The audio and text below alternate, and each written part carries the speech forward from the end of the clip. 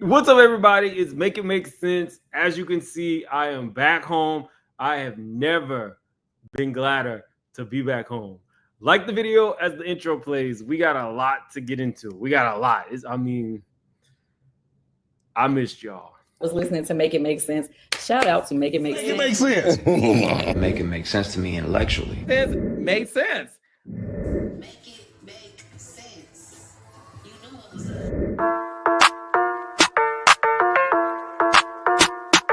Big moves. Surfer. Make it make sense. Tell me how you squeeze it. Make it make sense. Tell me about the things that you say. Make it make sense. Tell me about the things of your dreams. Hey, let me work out all the things in between. Make it make sense. Tell me how you squeeze it. Make it make sense. Tell me about the things that you say. Make it make sense. Tell me about the things of your dreams. Hey, let me work out all the things in between. Make it make sense.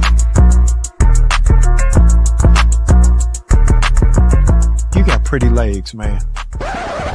Oh, man. And they lanolated. Man, listen, I mean, I'm back working out. You put shea butter, jerky. Oh, you see that?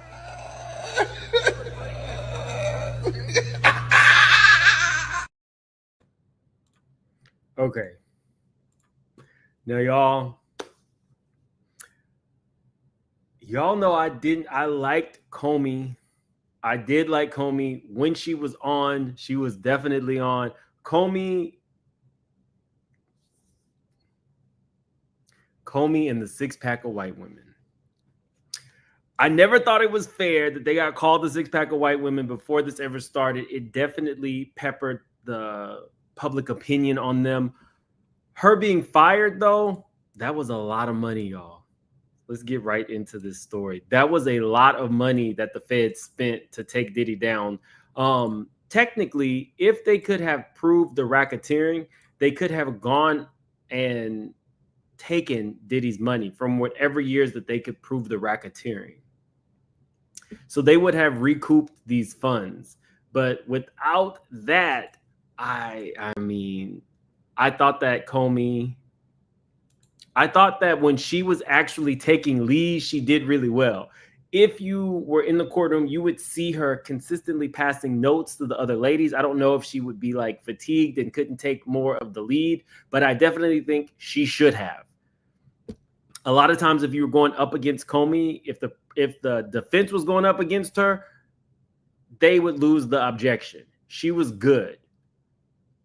But some might say it's not a surprise because this wasn't even her case. If you guys remember, this was Damian Williams' case.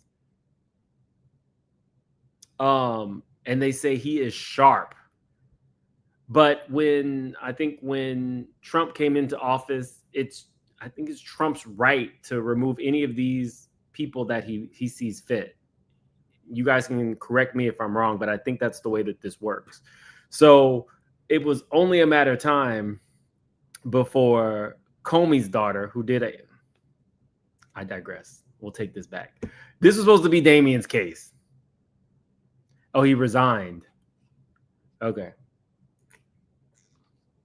I didn't see the problem with Comey that a lot of people saw because I saw her when she was on. She was good. Not my favorites, but the people that I thought did really well were Nicole Westmoreland,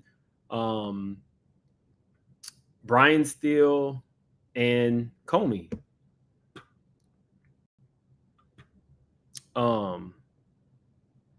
We're going to get into that. Tracy says, this is bigger than Diddy. She's seen the overlap of Diddy and Epstein's list. I hope she's protected. We're going to get into that. We're not going to get into that tonight, but somebody put me on to something that Candace Owens did, and now I need to do some research. Y'all know if it's anything involving Candace, I have to do research because she's not like my favorite person.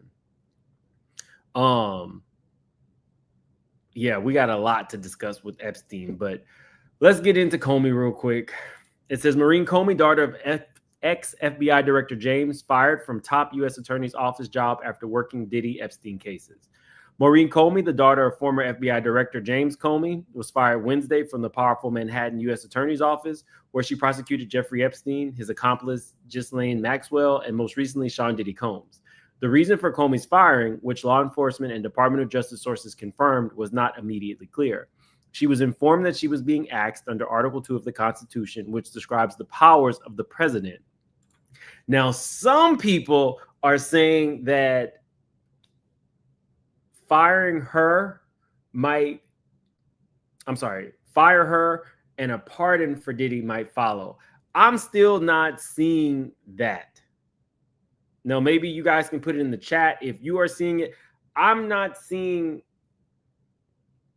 necessarily the connection where him firing her, which I feel like her days were numbered anyway. Anybody affiliated with the man who tried to like take him down in his first term probably expected not to have a long tenure with the company. But I don't see a pardon for Diddy. A lot of people are talking about government overreach. I don't know. We're gonna let that play out. But it says the reason for Comey's firing, which law enforcement and Department of Justice. Sorry, we did that. President Trump has a long history of conflicts with the elder Comey and fired him as FBI director in 2017 during his first term. Maureen Comey, who served as an assistant U.S. attorney in the Southern District of New York since 2015, worked on the prosecutions of the disgraced financier and child lover Epstein and Maxwell, who was found guilty of multiple crimes at trial and sentenced to 20 years in prison. Comey most recently worked on the high-profile sex trafficking case against Sean Diddy Combs. The nearly 2-month-long trial ended in a jury acquittal. The disgraced hip-hop mogul of the most serious charges against him, racketeering, conspiracy, and sex trafficking, that could have landed him life in prison. He was only found guilty of 2 counts of transportation to engage in prostitution. A spokesman for the Southern District of New York declined to comment Wednesday. The White House did not immediately respond to a request for comment. News of Comey's firing was first reported by Politico. The Epstein firestorm was revived last week after the Justice Department and FBI concluded in a memo that the convicted child lover at 66 unalived himself in his Manhattan jail cell in August of 2019 and did not keep a list of wealthy and powerful clients to whom he had trafficked underage teens. That conclusion sparked a storm of backlash from top MAGA personalities who suspected that the Trump administration wasn't being fully upfront about Epstein, despite the 47th president's promise on campaign trail to release the files on the convicted child lover. There are so many theories out there now about Epstein. I don't think that technically there has to be a full list. But what I do think is that you can't tell me that this man wasn't like texting. You cannot tell me that this man wasn't at least texting people saying, hey, you know, I got a 14-year-old blonde, or hey, I got this.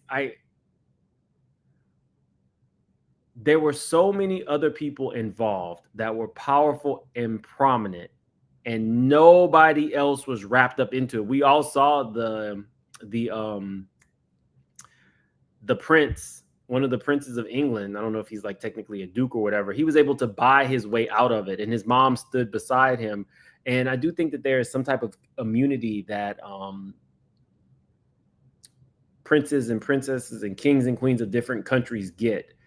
So I don't think there necessarily has to be a file, but I know that there has to be at least a cell phone where he is Prince Andrew, where he's addressing, hey, I will know you want to get on the jet. What age group do you want? What hair color? The fact that nobody else went down other than him, I do think that that's something that should be looked into. It's not something that you can just glance over. I say release the list. Release the list. Lexi says she didn't even bring the charges against Diddy. It's not about that. The files might as well be at Fort Knox. Queen Elizabeth already shot down the prosecution. Yeah. I do smell a cover-up. I can't remember the woman's name, but She's in the current administration, and she said at one point the files were sitting on her desk. How does that even happen? In what world do you say aloud that the file is sitting on your desk and then you take it back?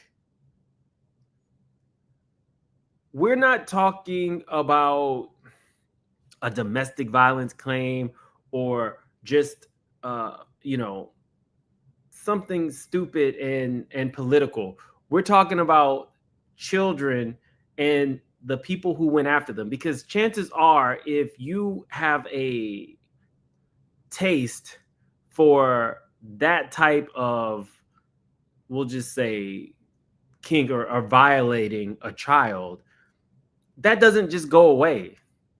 And if you get off from any of the prosecution or public disdain for that would have come for these very popular people who we know were on his jet, and these very popular people who we have seen photoed with him, like, this is not the kind of thing you can brush under the rug. Very recently, one of the women who had successfully gone after Epstein unalived herself. This is not going away. And I hope that we take a bipartisan approach to bringing this information out. That means it doesn't matter if you're Democrat or Republican or whatever. This is one of those things that surpasses those lines, or at least it should. We should want to know who amongst these very powerful people violated children, because more than likely they have the means and the funds to do it again. So you want to stop them. Yeah. But okay. The conclusion sparked a storm of backlash from top MAGA personalities who suspected that the Trump administration wasn't being fully upfront about Epstein, despite the 47 president's promise on the campaign trail to release the files on the convicted. Comey's ouster also follows renewed attacks from Trump's base, including conservative firebrand Laura Loomer, who publicly urged Attorney General Pam Bondi to fire her and her husband, Assistant U.S. Attorney in the Southern District of New York, Lucas Iserkoff, back in May. What?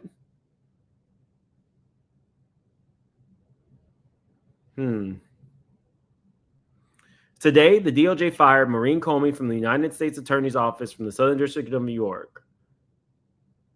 This comes 2 months after a pressure campaign on Pam Bondi to fire Comey's daughter and Comey's son-in-law from the DOJ. Loomer has claimed Iserkoff, who has worked in Southern District of New York Civil Division since 2019, has a long history of being a Trump hater. No word yet on whether or not he was also fired today, but he should be. +1 for Blondie today, Loomer cheered.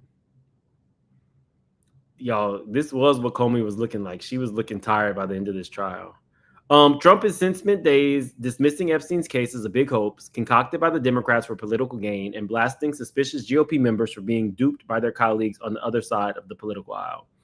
The press has also lashed out, pressing the country and news reporters to stop focusing on the notorious predator. They haven't learned their lesson and probably never will, even after being conned by the lunatic left for 8 long years, Trump railed on Truth Social Wednesday.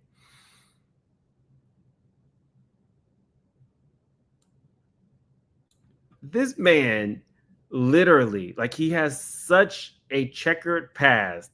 He literally was convicted of taking advantage of, I think it was either 29 or 39 little girls. And because he was a billionaire, he was let out of jail every day to conduct business until he finally was just let out in general, and then was having the most fun of any pedo on that island.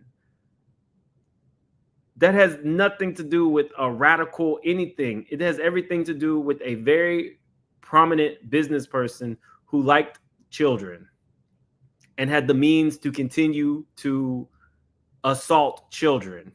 This is not a Democrat or a Republican thing. This is an American thing. That doesn't even make sense. This is an American issue.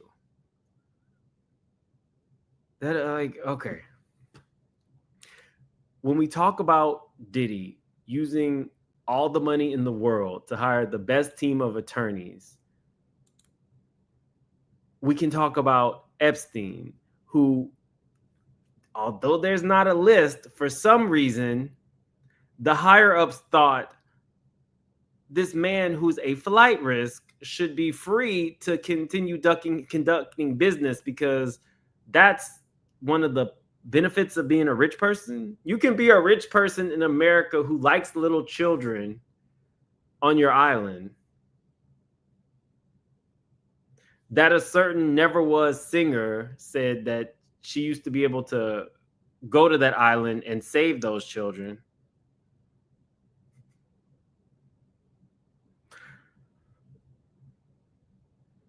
I don't get it. This is America. Yeah, this is, let me let's move on. We're gonna do more on Epstein. Like I said, somebody put me on to actually a Candace Owens thread where she pieced together some things that we have to talk about. And y'all know, if I'm talking Candace Owens, then I'm literally giving her props. So, you know, I don't like doing that, but it is what it is. She pieced together something, talked about a book that somebody had written that I actually started reading today. It's we'll get into it. I have had more success in 6 months than perhaps any president in our country's history, and all of these people want to talk about it. With strong prodding by the fake news and the success-starved Dems is the Epstein hoax. The Trump administration is investigating James Comey for potential criminal conduct during the FBI's Trump-Russia collusion probe in 2016. Now, that I did not know. The Secret Service also interviewed the ex-bureau director in May for a cryptic 8647 Instagram post that led to accusations from Trump that Comey was calling for another assassination attempt against him. What is going on? Okay, so I've been seeing a lot of people discuss the Abercrombie situation. Let me tell you why I think it's somewhat different.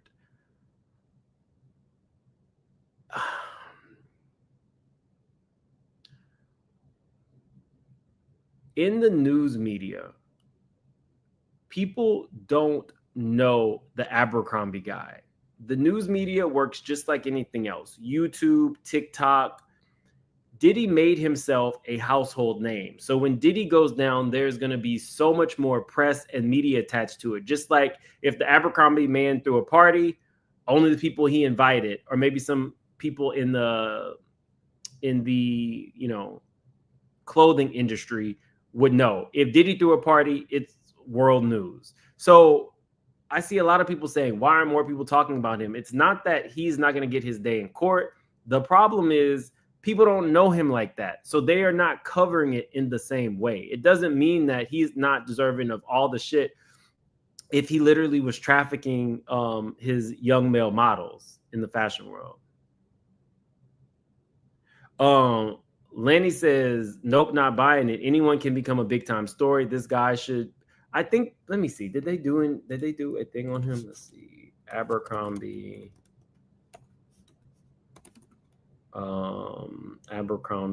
CEO documentary.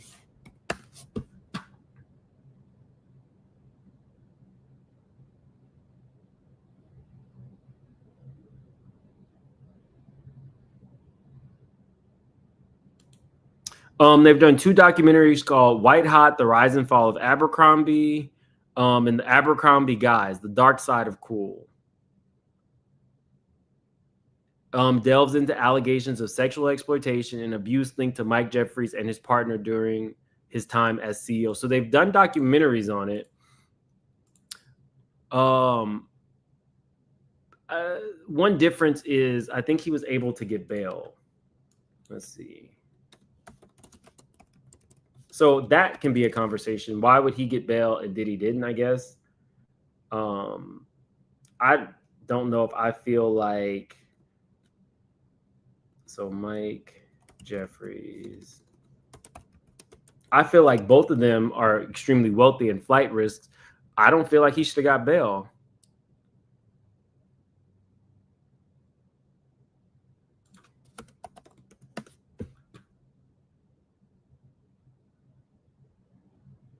Yeah, he was released on $10 million bond in an international sex trafficking case. So, I mean, I think that we could. That's fair to discuss, but people don't really know him or care about him in the same way.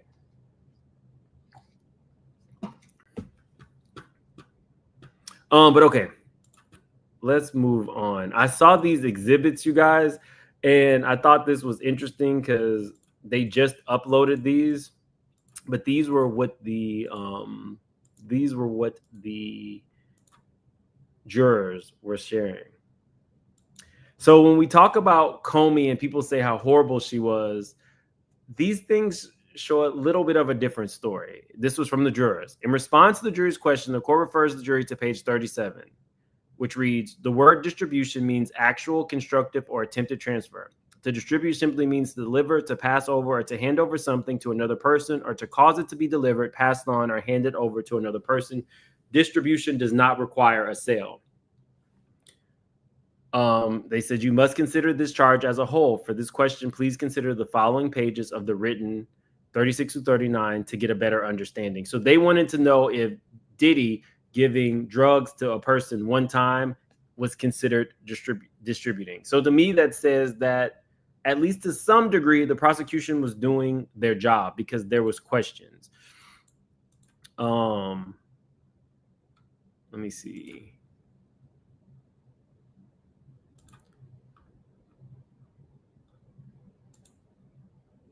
Okay.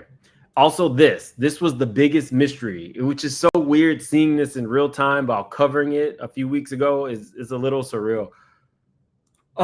It says, this is from the jury, July 1st, 4:05 p.m. We have reached a verdict on counts 2, 3, 4, and 5. We are unable to reach a verdict on count 1 as we have jurors with unpersuadable opinions on both sides. So, unpersuadable opinions on both sides.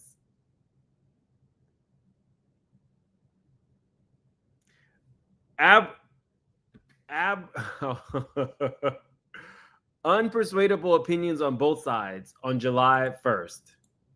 And then July 2nd, within 1 hour, we have reached a verdict.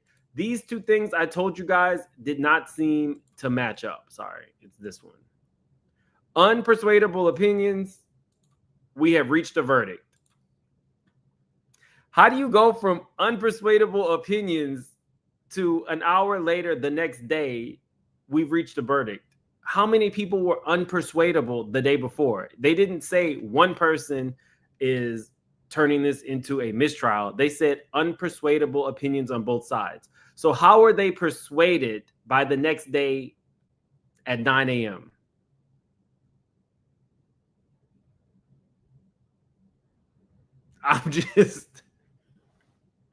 We're just talking about things that don't make sense, y'all. Things that don't make sense. Let's get to old Nicki Minaj. Now, we all know that Nicki is somebody technically not to be played with. Nicki has time.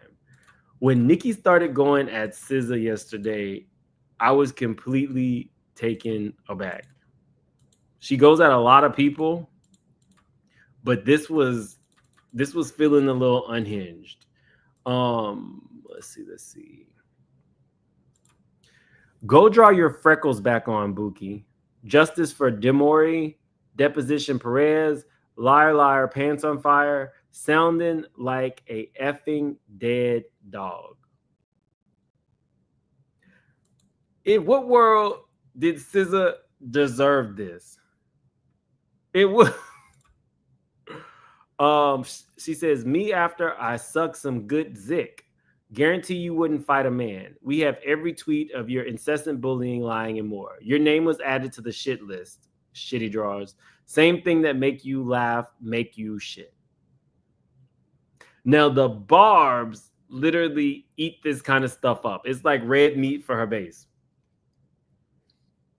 She says, so glad I have proof of being bullied and by being lied on by a man publicly on a platform I use for my job after I rejected his business proposition on more than one occasion.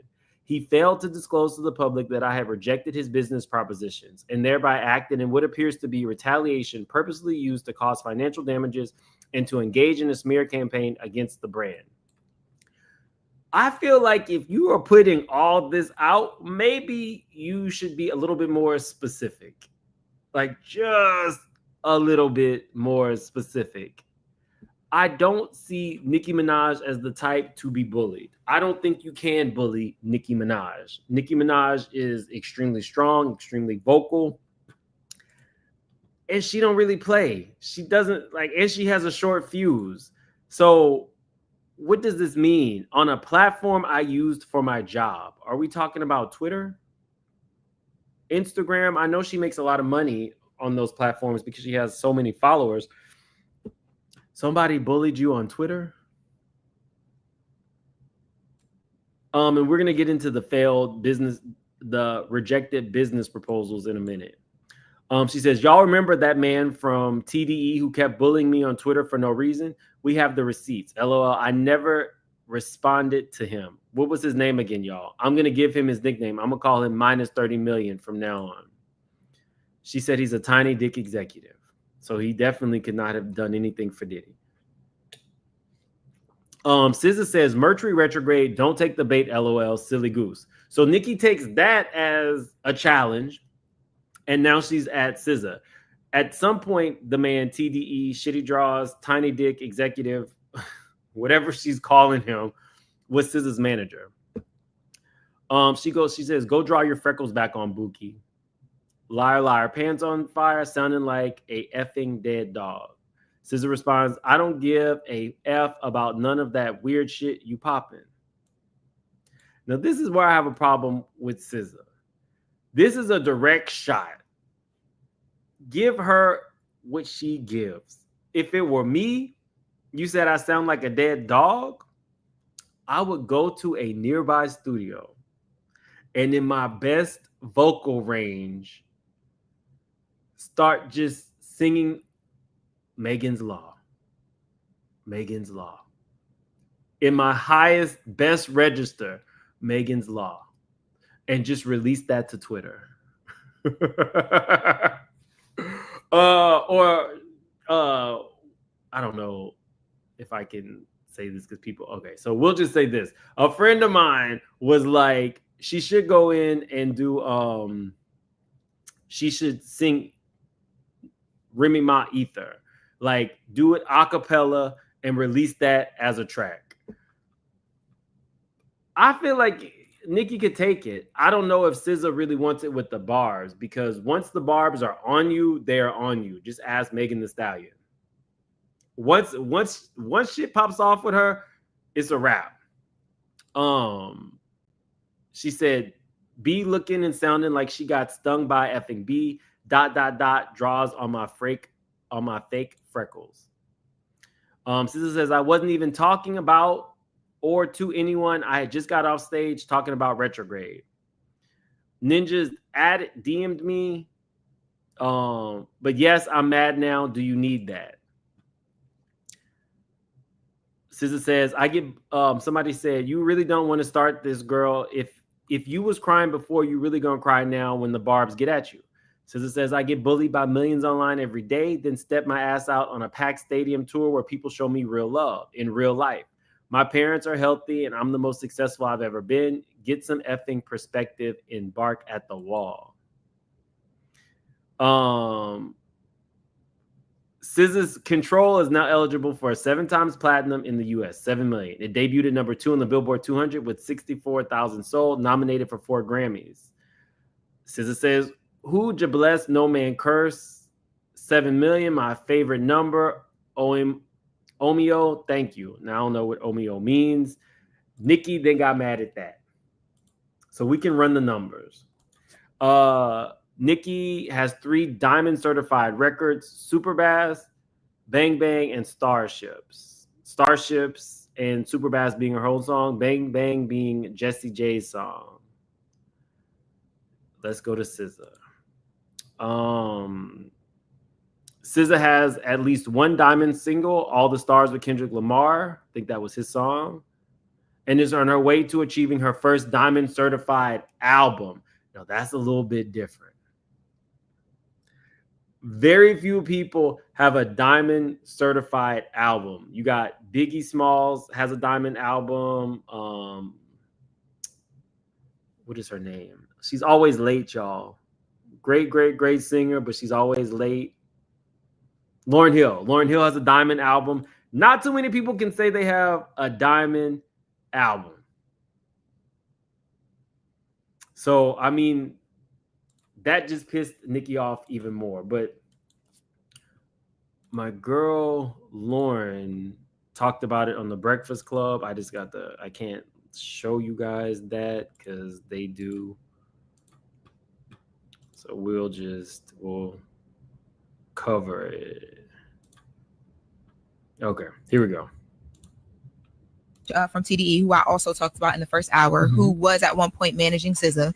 And I asked him, how did we get here? So he said, back in 2020, Nicki Minaj had reached out for a SZA feature on a song. He responded and told Nicki Minaj that SZA was in album mode heavy and that he would get it over to her. And that was it. They never spoke again. Feature didn't happen, but he says he's lost after that as well. And so then I followed up and I said, okay, so there was no further issue. I still don't understand from that. How did we get here? And he says, I'm lost after that. And the song, he verified what I said. The song that he had been tweeting about, Broken Barbies, was a song by an artist that he is working with now, I Am Lyric. So he's confused. He's confused as well. Did you ask Punch why he ain't post the song last night? That was the time to post. He said he did. He did. That's what made Nicki So he no. I know you said that he posted it before, and that's what made Nicki react. But in the midst of everything, well, it was he should have posted it and posted again. Broken Barbies, baby. This the song. Nicki Minaj posted that she has receipts of being bullied and the retaliation that she's alleging. So maybe now we'll see her side of it because, I don't think Nicki is a bully per se. I think that Nicki believes people are always doing something to her, and that's not the case. Her barbs are bullies. Yeah, no, baby, the barbs is on me right now. Barbs are bullies. So that's her community. That's her fans. But her herself. But I will say, do y'all feel like, and y'all know Nicki Minaj a lot more closely than me or Jess, right? Do you feel like because of the things Nicki Minaj had to deal with as she came up? So, I mean, not to say that it's warranted, but is there like empathy at all for how she be trying to, I guess, protect herself? It just comes off a lot of the wrong way. I mean, you got to think, Nicki came from a place from New York City where New York didn't really believe in her at first. She had to go out of music, she had to go out of town. And you still not playing her music. I do play Nicki music all the time. I play Nicki music all the time. She went down to Atlanta, She went down to Atlanta, got caught in Atlanta, and the world fell in love with her. And they always doubted her. They doubted the way she rapped. They doubted her flow. They doubted her numbers. They always doubted Nicki. So Nicki always feels like she has to punch even harder, and I understand that. I will say I've never doubted Nicki. I always thought Nicki was dope since she was on the Dirty Money DVD with Fendi back in the day. I always thought she was dope. But I do feel like she feels like everybody is always against her. I feel like that as well too. Or let's just say like a lot of things happen that we don't see, and then when she come out online, we only see her side, and then a lot of people will go and say like, oh, well, she's always mad and she's always bitter and she's always this, that, and the other, and she's never happy. But things happen in the background that we don't see. I point to Lauren. I think that people in the music industry and entertainment, you kind of learn to just shut the F up. You can see something, say something, but not be powerful enough not to jeopardize your own career. When you reach, like, what is Nicki, like 42, 43? In her defense, when you reach a certain point in life and you've achieved the success that she has, she might be at a place where she's just like, F it. If I feel it, I'm going to say it. I've earned my spot here. Nobody can take it from me. She is the best-selling female rap artist of all time. She is the most successful female rap artist of all time. She might be the longest running female rap artist of all time. Rap starting in the 80s. People have 10-year careers, but Nicki has been consistently successful for at least about 14 or 15 years. So she might be at a place where she really just doesn't give a damn anymore. And if she feels it, she's going to say it. And she no longer has to kind of like give in to what the industry says you're allowed to put out there. I would push back with that only with, I have rarely, let me take that back. I have never heard Nicki acknowledge wrongdoing in any situation. I listened to Queen Radio. I've listened to all of her albums. I've listened to all of her rants. And you guys can correct me if I'm wrong, or you can put it in there. Have any of you ever seen a time where Nicki Minaj acknowledged the role she played in why something went wrong? That's the one thing. Can I believe her when she's talking about background stuff in the industry and maybe people trying to F her over or thinking that because she's a woman, she's not allowed to say stuff? I'm with her there. But if you never acknowledge that maybe you played a role in any of these wrong, like, that's where I would be like, okay, maybe some of this is in your head. Hold on. Somebody says, yes, she has. Some Herculean says, yes, she has. She literally talks about being abusive in her relationship. In her relationship to who? Which one?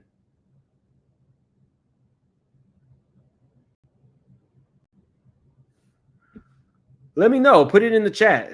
Which relationship?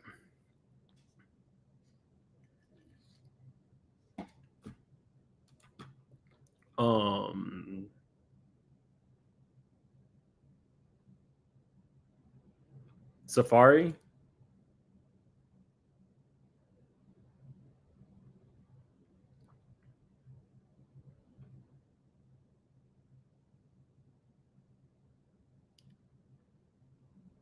Okay, well, we'll, whenever you figure out the answer, you let me know. But I think two things can be true at once.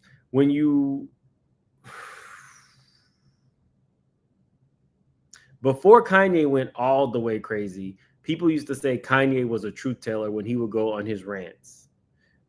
I mean, and we're not talking about him talking about the babies being autistic or anything like that. Just back in the day, he was always applauded for the rants that he would go on against people. Like famously, he was like, I love some of Gaga's song, but what the F she know about Polaroids? Like,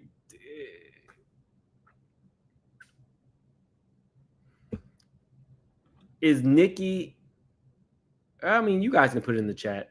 Do you guys think that Nicki is miserable, or do you think she's a truth teller?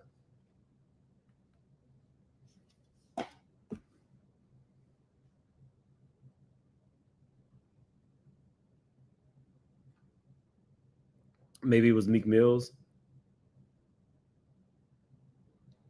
Oh, yeah, not a miserable. Oh, wow. Oh, so she's both. Both. Not Jaguar 2.0.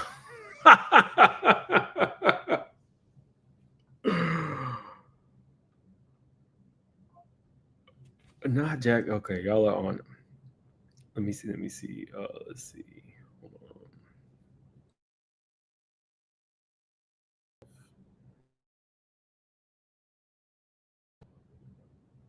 If this person is telling me to get on the Candace Owens thing one more time, I'm going to talk about the Candace Owens. Okay.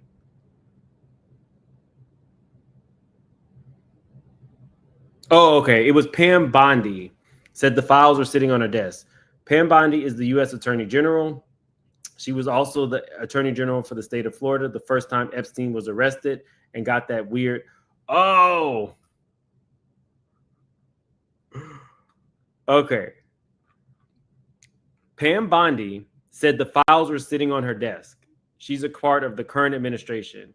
Pam Bondi is the U.S. Attorney General. She was also the Attorney General for the state of Florida the first time Epstein was arrested and got that weird sweetheart deal. The sweetheart deal meaning he was found convicted of, I think, taking advantage of, it was either 29 or 39 little girls, but was still able to return home every day. That's crazy. So if she's saying it was sitting on her desk, and now she's saying there was never a list. There's something you got to talk about. Donna, missed your unbiased common sense coverage. Thank you. I appreciate that. Got Toil. Oh, thank you for becoming a member. PJ, flowers for being a master in your lane, a lane you crafted and hold the line with integrity and transparency, for fighting the good fight by standing on ethics and morals without obligations. Well, thank you. That's definitely a really dope super chat. I appreciate that, PJ. The Dimp. I can see her beating the ish out of Safari, just playing Nicki. Yeah, Barbs, that was the Dimp. The Dimp 72 said it, not me. Teresa, thanks for being a member for 18 months. She is miserable and needs therapy from the industry. I do think the industry can use you up and spit you out. Look at Kanye. Look at Britney. Look at Raven Simone. Look at, like, I don't know. I don't trust nobody in the industry.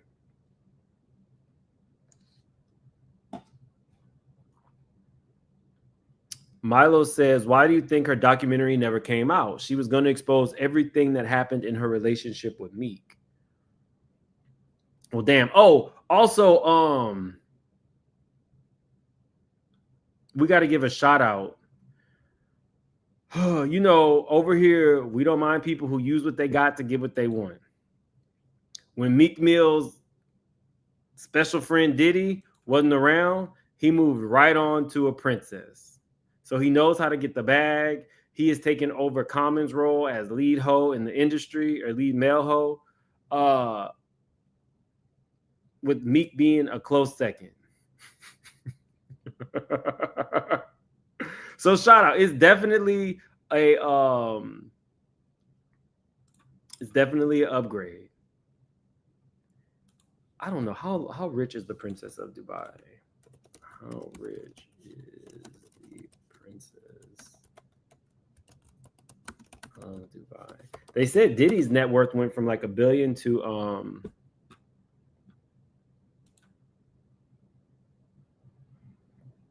her personal fortune is estimated around $300 million.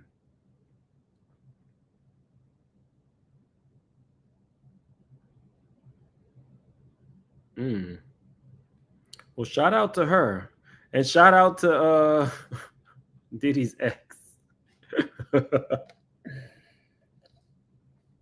Not the princess is French Montana. I'm dead. Oh,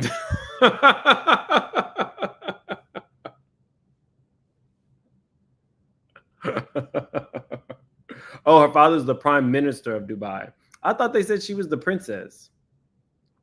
Let's see. French Montana princess. Yeah, it keeps saying princess of Dubai. Yeah, French Montana and Sheikha Mara, the princess of Dubai, are rumored to be dating. Let's see if we can get like a definitive net worth for her.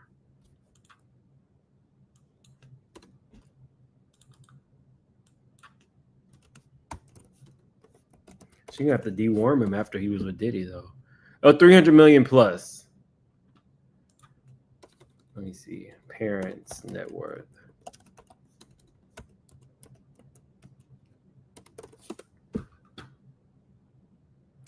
But her parents have a net worth of around $4 billion. So he's definitely dating up. He's the prime minister of the UAE.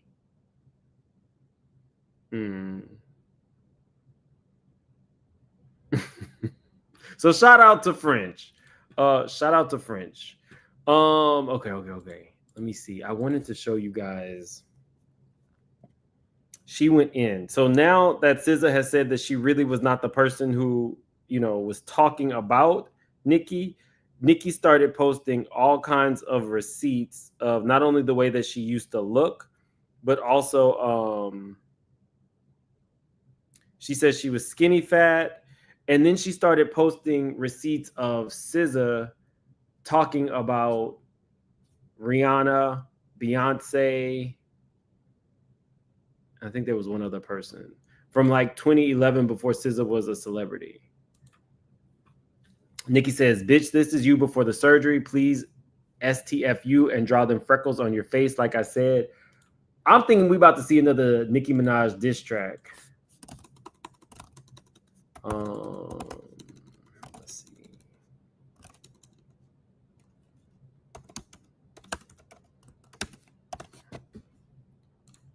So she has 27 million followers on X.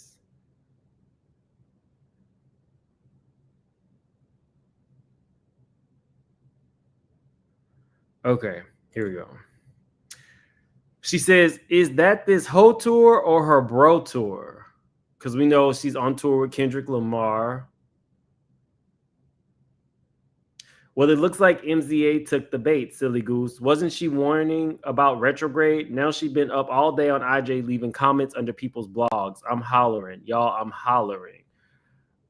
Imagine paying for botted streams, then bragging about them as they're being taken away. Do they know what would happen if my certifications were all updated? Some update every second. Others don't care to, but we gotta get it done now. Tuesdays and Thursdays Day and Friday.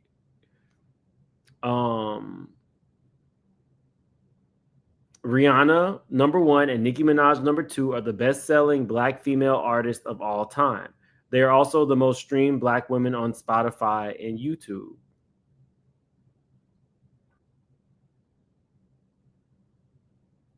Rihanna is at 411 million units, and Nicki Minaj is at 351 million units. It doesn't even matter. How could 4 different artists all lose approximately 30 million listeners or streams in the last couple months while actively releasing music and or touring? They're rushing out those stats because the jig is up with all those botted enhancements. I didn't even know MZA was still at it, child. You better come get her. You better tell their execs to say what he called me begging for more than once right before I released PF2.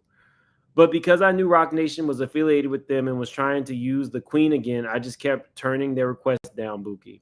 It's been tough for you and Desiree Perez now that you can't use my fans and me anymore, huh? It's been tough now that the smear campaigns ain't smearing the same, huh? I mean, that was a real video of her begging for 40 million.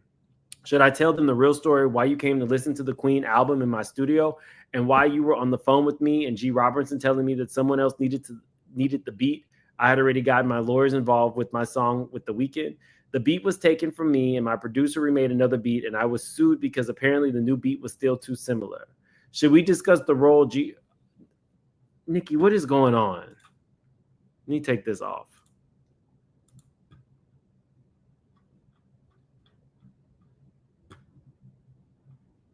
I'm Nikki, what is happening?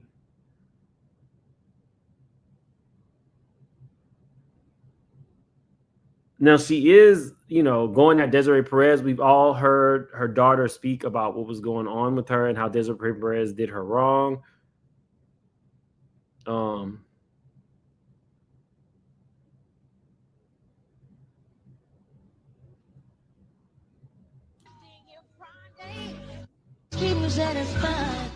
Oh, that's not the best one. What was going on? Is this when she was losing her voice? Ooh. Ooh, SZA. I think at one point she was losing her voice, y'all.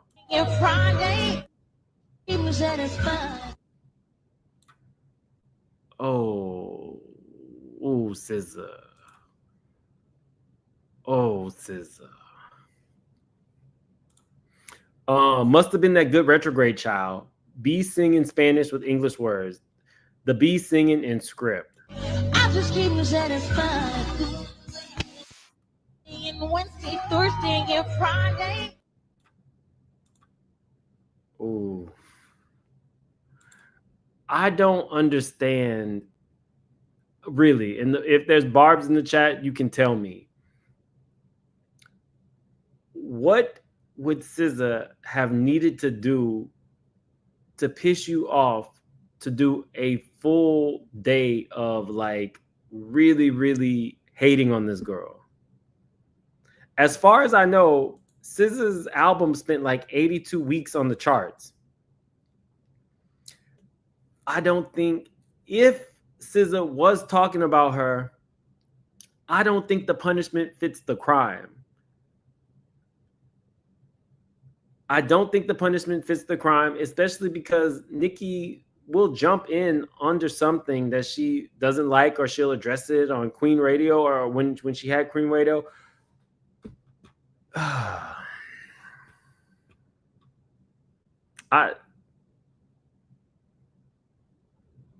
Well, Quita, tell us.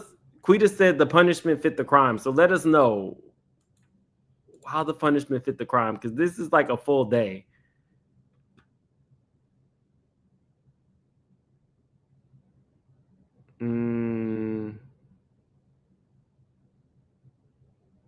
The barbs will get you though. Okay, so it says, so is Nicki mad at Punch tweeting Broken Barbies, which happens to be a song he's promoting, thinking it was about her? He said, oh, sir, please tell me you didn't get on here and type this. You can't be effing stupid, are you? I thought that that's what it was about too. So this is where she is calling out SZA for the stuff that she said about Beyonce. Says, Beyonce looking more and more like Madonna every day. Could have swore she was black at one point. She also said, I don't get it. Neither Rihanna nor Ciara can hold a note worth a damn. One's just worse than the other. So what's the beef? Nicki got a problem coming up fast. Shorty right here goes. So I guess she took Iggy Azalea's side in the Nicki Minaj beef, and that was circa 2011. Nicki says, like, how do you know the level of inside hate for yourself you had to have to be this much of a see you next Tuesday for no reason to the women you later worked with? Now want to act like you a MFing tarot card. Bitch, quit. What an odd little weirdo. I don't know that the punishment fits the crime.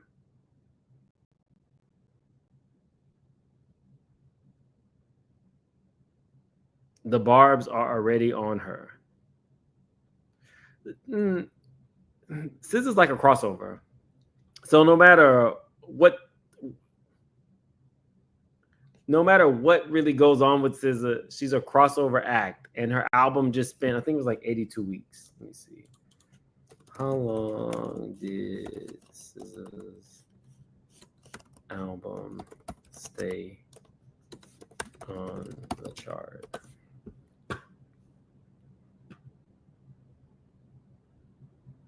No. SZA's album Control holds the record for the longest consecutive chart run for a female album on the Billboard 200 with 422 weeks. Her album SOS is also notable, having spent 85 weeks in the Billboard Top 10, surpassing Adele's 21.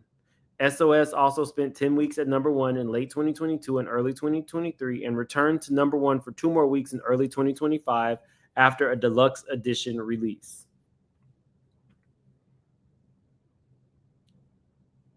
422 weeks on the charts is crazy.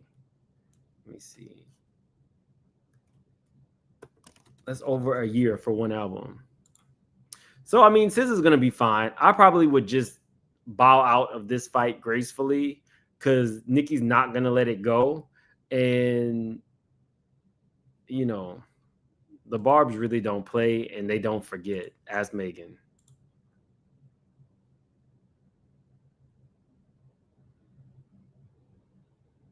I mean, I will probably just bow out of this one and just let it go, because Nicki got time on her hands, and I don't even want to know what else she's going to pull out about the girl. Because I like SZA. I technically like Nicki too, but you got to call a thing a thing. Like, I don't think the punishment fit the crime.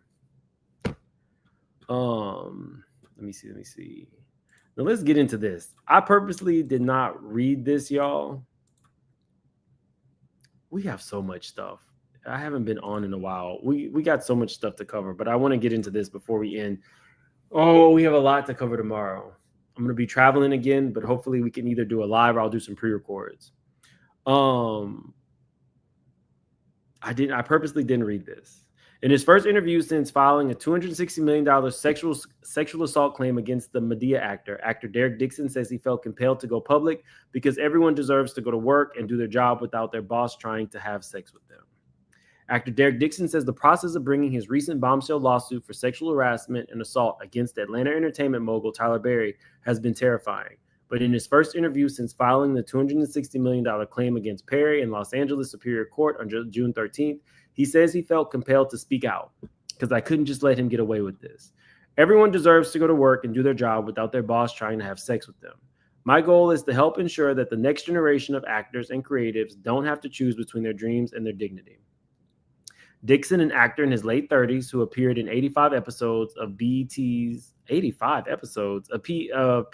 series The Oval that aired between 2021 and 2025, alleges in the suit that Perry made several unwanted sexual advances towards him, including one in which the producer pinned him against the wall and groped him, and another in which Perry snuck into his bed. Dixon has accused Perry of engaging in a pattern of exploiting male actors in his productions and using his power in the entertainment industry to harass employees. In a statement, Matthew Boyd, a lawyer for the 55-year-old mogul, called Dixon an individual who got close to Tyler Perry for what now appears to be nothing more than setting up a scam. Tyler will not be shaken down, and we are confident these fabricated claims of harassment will fail. Discovery is going to be crazy. Once we get to see everything. Oh, Tyler Perry.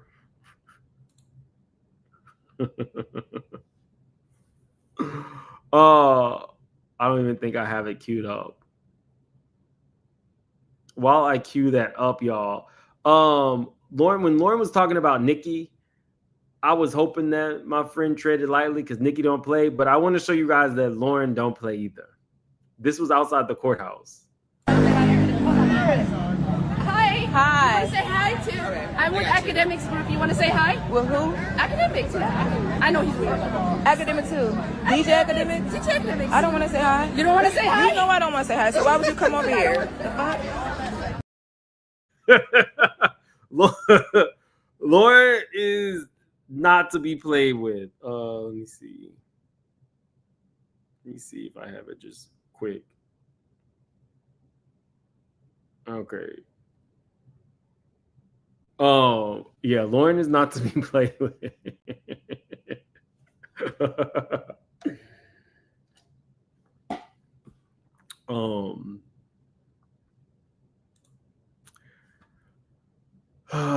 Dixon, who answered the Hollywood Reporter's questions by email, described first meeting Perry in Atlanta in September of 2019 when he was working as an event coordinator for a company, Legendary Events, that was organizing the opening party for Tyler Perry's studios. At the time, Dixon, who was sporadically acting and writing in theater in Atlanta. Now that's more insight because I thought he was just a cater waiter, but he was already acting and writing in theater in Atlanta, says he knew Perry only as the creator of Medea movies. Dixon says that Perry singled him out in the crowd of event staff and asked him to get on stage so he could check the lighting and then asked Dixon if he was an actor. I said, yes, but not really right now, Dixon says. And he said, yes, you are, I can tell. At the end of the event, Perry and Dixon exchanged numbers, and Perry began texting Dixon the next day, asking, so who are you? What's the dream? What do you want to do? Now, these are questions that any manager, any publicist, anybody in the business will ask you. I can tell you for a fact that I've been asked, and sometimes I don't know how to respond. So this part is not out of the ordinary. Can Tyler Perry have an eye for those people who are actors? Maybe. The other part to that is Tyler Perry liked his booty, according to Derek, allegedly. So were you looking at how he showed up on stage as an actor, or were you looking at what you described as his fatty? Which one? Which one? Okay, it's queued up. Now again, this is just my humble opinion. Oprah Winfrey, Tyler Perry, and Lee Daniels, my beautiful black queens, my sweet babies. Over a lie and a rumor, all I want, Shannon, is an apology from my black brother. I want you to look in your camera. And I want you to talk to Tyler Perry. Not only did he apologize on stage, that man apologized to our children. And then it became an issue with Tyler Perry and Lady O. Lee Daniels already apologized. But did you hear what the man said? I violated you. And we saw our beautiful black queen Taraji express that. But it was the messenger. He said, Mo, let's do great things. And I said, my brother, do you know, Shannon, that's caused my family tens, quadrillions, billions, zillions of dollars? If it looked like a duck, quack like a duck, what is it, Shannon? It's a duck. He's the only one I had to deal with. He said, you're like my mother, my sister, my aunt. Baby, I love us for real. Now again, this is just my humble opinion.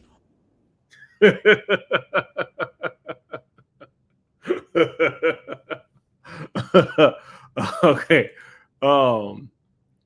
Okay. Let's get back to being responsible. Perry offered Dixon the opportunity to audition for the part of the character named Dale in his series Ruthless, a spinoff of the White House set drama The Oval, created under Perry's overall deal with Viacom. Perry ultimately cast Dixon in the part, telling him it was a small role that it could get a lot bigger. At that point, Dixon, who was an out gay man, did not know that Perry was interested in men or that he was looking for a sexual relationship. Dixon's complaint says, about a year after this, in December of 2020, Perry would announce on Instagram that he and his longtime girlfriend, Jaliyah Beckel, with whom he shares now a 10-year-old son, had broken up. I'm not going to speak for him on how he identifies sexually, says Dixon.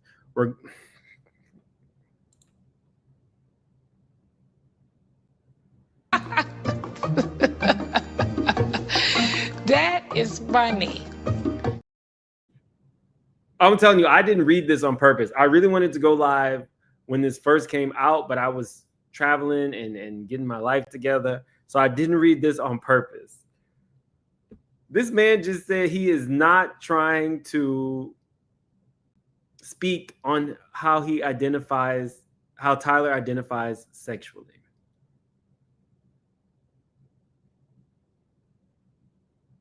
The whole lawsuit is predicated on Tyler Perry's sexuality. So, okay. Mind you, he got these questions and he typed them out. So we don't know if his lawyer was right there with him, if his lawyer actually answered these questions, because of course his lawyer has all of the context. An interview where you don't see the person, you don't like make eye contact, you know, and you also don't know them. Is it smart? Absolutely, because then your lawyer can tell you everything that you are putting in there that could hurt the case. So it's extremely smart to conduct the interview, get pressed, but not necessarily do it in a way that you might say the wrong thing in front of a reporter.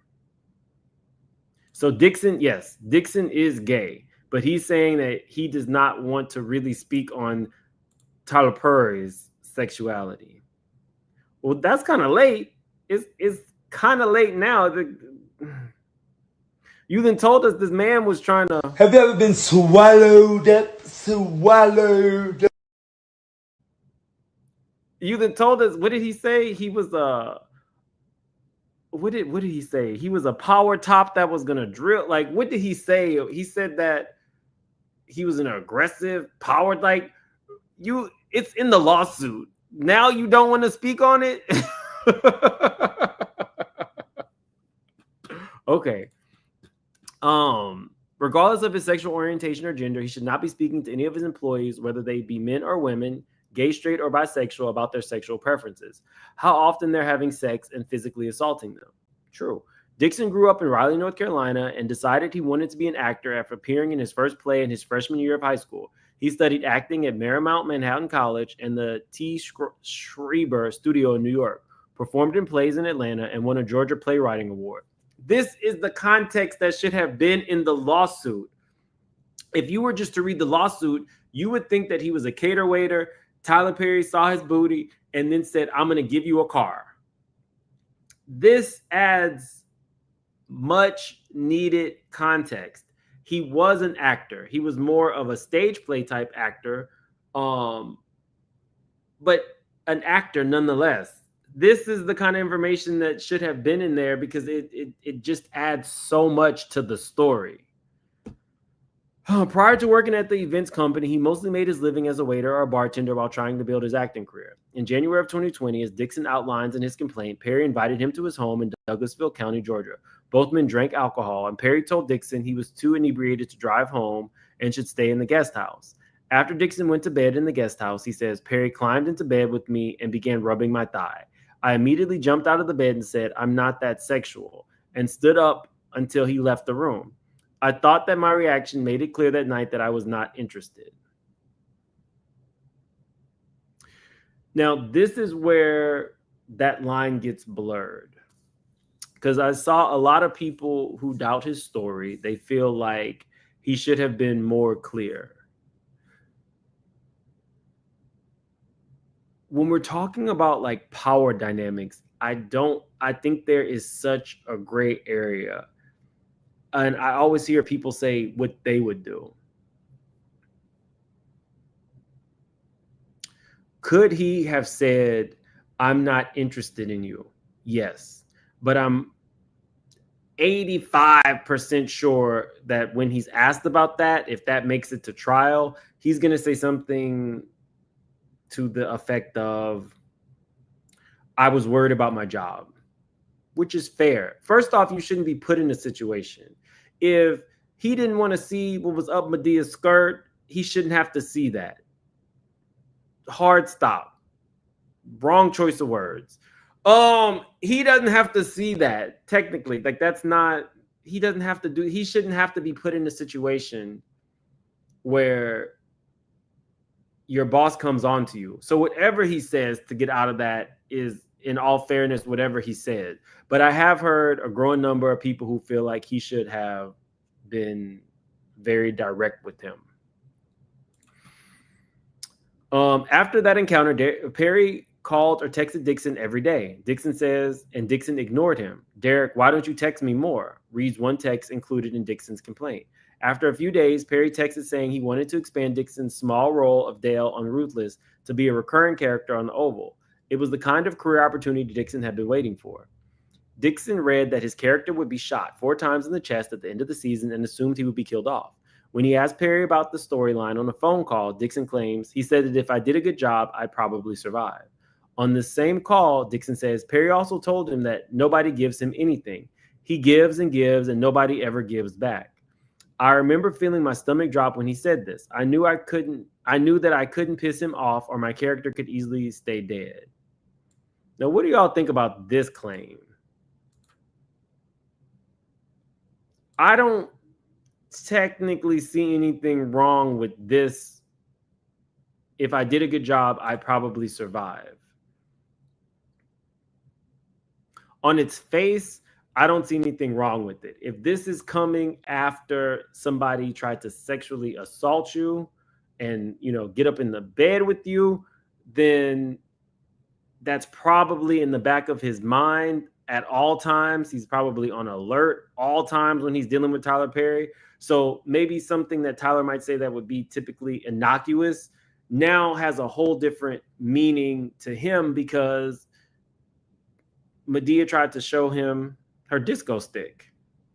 So, okay, I get it. After he delivered the good news about Dale, Perry's calls and texts increased exponentially. Dixon alleges in the lawsuit it was always personal and almost never about business. Dixon says he would say, send pics of what I was doing or ask to see a photo shoot that I just did. If Dixon didn't answer immediately, he says Perry would get annoyed. When the pandemic hit, production on the Oval was delayed, and Perry encouraged Dixon to use the time to write a comedy pilot. Dixon did and shared the script. He called me and told me that it was hilarious and he loved it and wanted to shoot the pilot for it. I couldn't believe he actually liked it, much less wanted to shoot the pilot for it. It was one of the best things that ever happened to me at the time. The details and dates of when this pilot was going to happen stayed murky, but Dixon was thrilled and grateful. He thought that Perry understood after their guest house encounter that there was not going to be a sexual relationship between the two of them. There were times when I was around him and nothing would happen. So I thought he got the picture. And that created a false sense of security. Dixon believes that his excitement about his career and fear of Perry's power led him to ignore certain warning signs. I now realize I let my gratefulness for what he'd done for me cloud my self-respect. Dixon says because he had never worked in a corporate environment, he didn't fully clock the professional inappropriateness of the text messages Perry began to send. Texts from Perry included in Dixon's complaint show the entertainment mogul commenting on Dixon's thick body, asking, "Why do you twist your hips when you walk?" and noting that Dixon liked being choked after shooting a choking scene on the show. In one text, Perry told Dixon he needed to let somebody hold you and make love to you.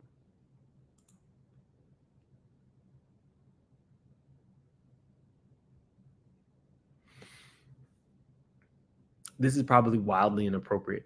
Do y'all think that Tyler's kink is dressing up as Madea?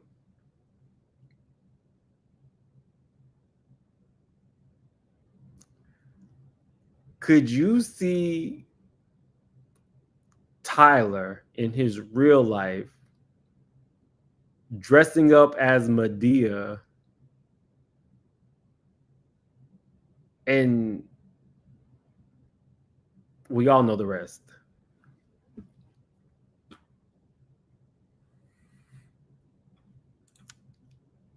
I can't unsee it now.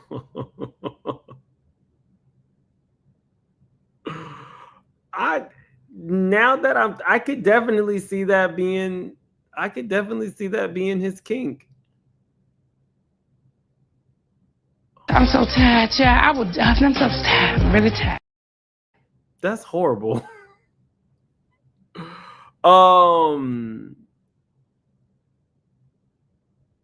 There were times when I was around him and nothing would happen, Dixon says, so I thought he got the picture. And that created a false sense of security. Dixon believes that his excitement about his career and fear of Perry's power led him to ignore certain warning signs. I now realize I let my gratefulness for what he'd done for me cloud my self-respect.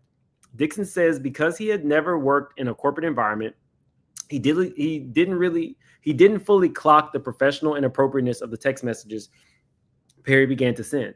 Texts from Perry included in Dixon's complaint show the entertainment mogul commenting on Dixon's thick body. One day on set, Dixon says Perry asked him to come to his trailer for a drink. I knew I had to, Dixon says. We were all living at Tyler Perry Studios working for Tyler Perry, who was the producer, writer, and director.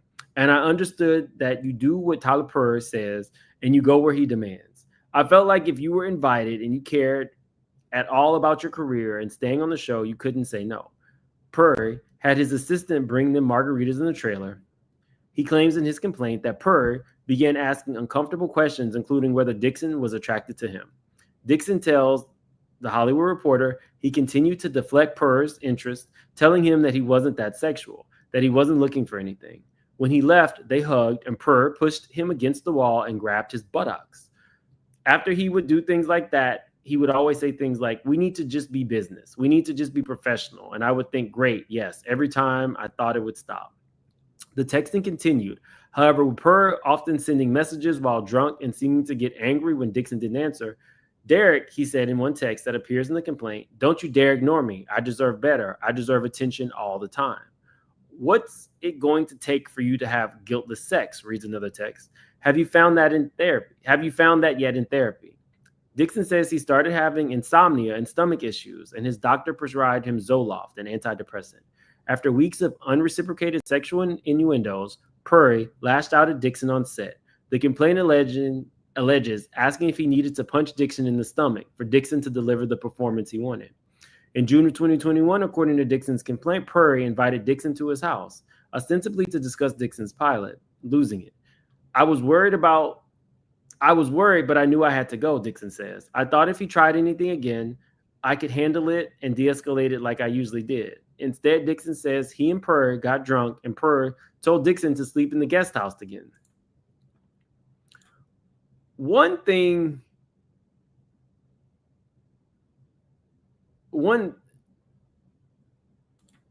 No, Eros, I haven't been on for a week. So yeah, it's not a replay. It's a live video. Okay.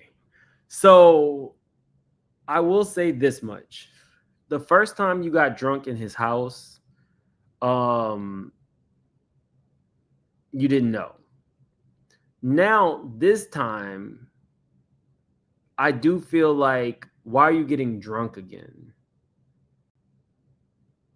That's a little strange to me. If you already know, like, I would think you would be on alert and you would try to consume less alcohol.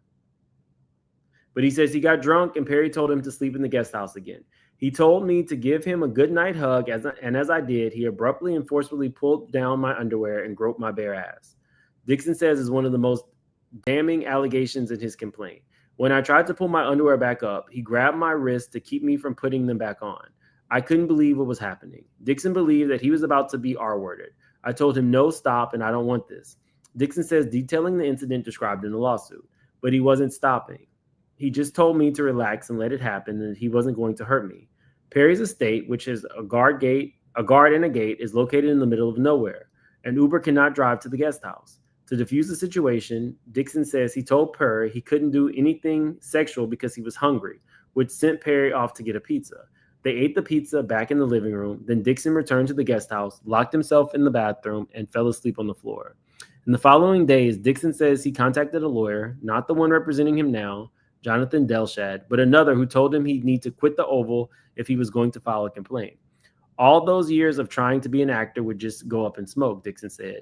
This is not a normal job. You can't just go out and easily get another series regular role on a TV show. Dixon told a coworker what happened, and they reminded him what he'd be giving up if he complained. Dixon felt paralyzed. I was too afraid to come forward. I knew it would be awful, and I was right. Over the next several months, Dixon says he avoided Purr, declining an invitation for a yacht trip. Someone from Purr's production company reached out and said they wanted to shoot the pilot soon. And Purr's attorneys called and told Dixon he was getting a raise, but not to tell the other classmates because he was the only one. Dixon decided to stay quiet, hoping the pilot would be a success and he could find work elsewhere in the entertainment industry. Purr shot Dixon's pilot in March of 2022. What Dixon didn't know at the time, he alleges in the complaint, was that Purr's contract with Viacom prohibited him from shopping the show for 2 years. Purr declined to comment on the deal. I believe he was trying to dangle my dreams in front of me for as long as he could to prevent me from talking. In January 2023, after finishing another season of The Oval, Dixon moved to Santa Monica, hoping to put physical distance between himself and Purr and waiting for Purr to sell the pilot. In December of 2023, Christian Keys, another actor who worked for Purr prior to Dixon's employment, went on Instagram Live detailing his abusive experience with an anonymous Black Hollywood billionaire, which Dixon believes to be a reference to Purr. Keys' manager has not returned a request for comment. In June of 2024, Dixon filed a sexual harassment complaint with the Equal Opportunity Commission and quit his job working on the last season of The Oval, for which he was under contract to make close to $400,000. The EEOC complaint is currently pending. I was an employee and he was my, well, I did not know he filed an EEOC complaint.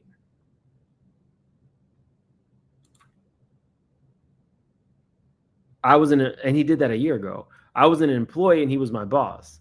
Dixon says of what motivated him to file the complaint. The fact that I'm an actor doesn't make me any less an employee. For a long time, I convinced myself that it was part of the industry, or that somehow I had to accept it to keep working, but eventually I couldn't stay silent anymore.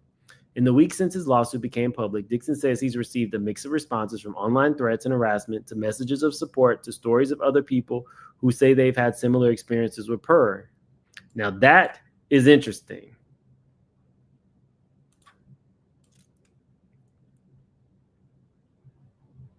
Messages of support from other people who say they have had similar experience. Is this about to be the first of many? This is why people, especially men, don't come forward. Asked if he attempted to reach a private settlement with Perry prior to filing his lawsuit last month, Dixon says, there are always attempts to resolve situations like this privately, but they never result in the type of change necessary to protect further victims. At the end of the day, my absolute fear is that he will be able to continue doing this without any major consequences. Now, that is a PR response. There are always attempts to resolve situations like this privately. So the question was, did you try to reach a private settlement? I don't like this indirect answer. Did you try to reach a private settlement would be easy. Yes, and they failed. So we went through with the lawsuit. But to say, then to move on, but they never result in the type of change necessary to protect further victims, that's not what we're discussing here. It's, did you try to reach one? Because if that were the case, it wouldn't matter if they never result in the type of change necessary to protect further victims. Because and it's okay to say your goal was not about protecting further victims. Your goal was to be made whole for these allegations that you have levied against this man. And there's nothing wrong with that. Like there's nothing wrong with that. But this was a PR response I didn't really like. So,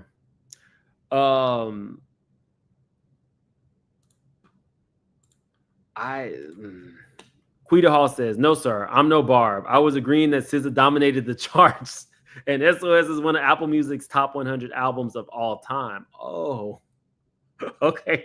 All right, Quita, thank you for the super sticker or the super chat. I appreciate you. Tyler Perry steadily working on movies and shows. Yeah. They say Medea it came out number 2 on Netflix. We don't know. We'll see where this goes. We'll see where this goes. To the members, I think if I don't do a live tomorrow, we should do a members only live, and we can do open topic tomorrow. Because I see that there's a lot of stuff still happening with the court shit. And we can have like an open, honest conversation about it. So I'll see you guys. If I don't go live tomorrow, I'll definitely drop some short content, probably about Epstein and Candace Owens, which was extremely interesting. And I've already started reading this book that she mentioned. That it's just a lot of stuff.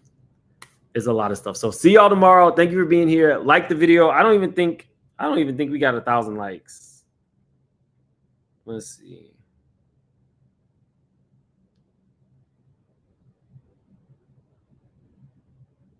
No, definitely hit that like button and subscribe if you have not already subscribed. I will see y'all tomorrow.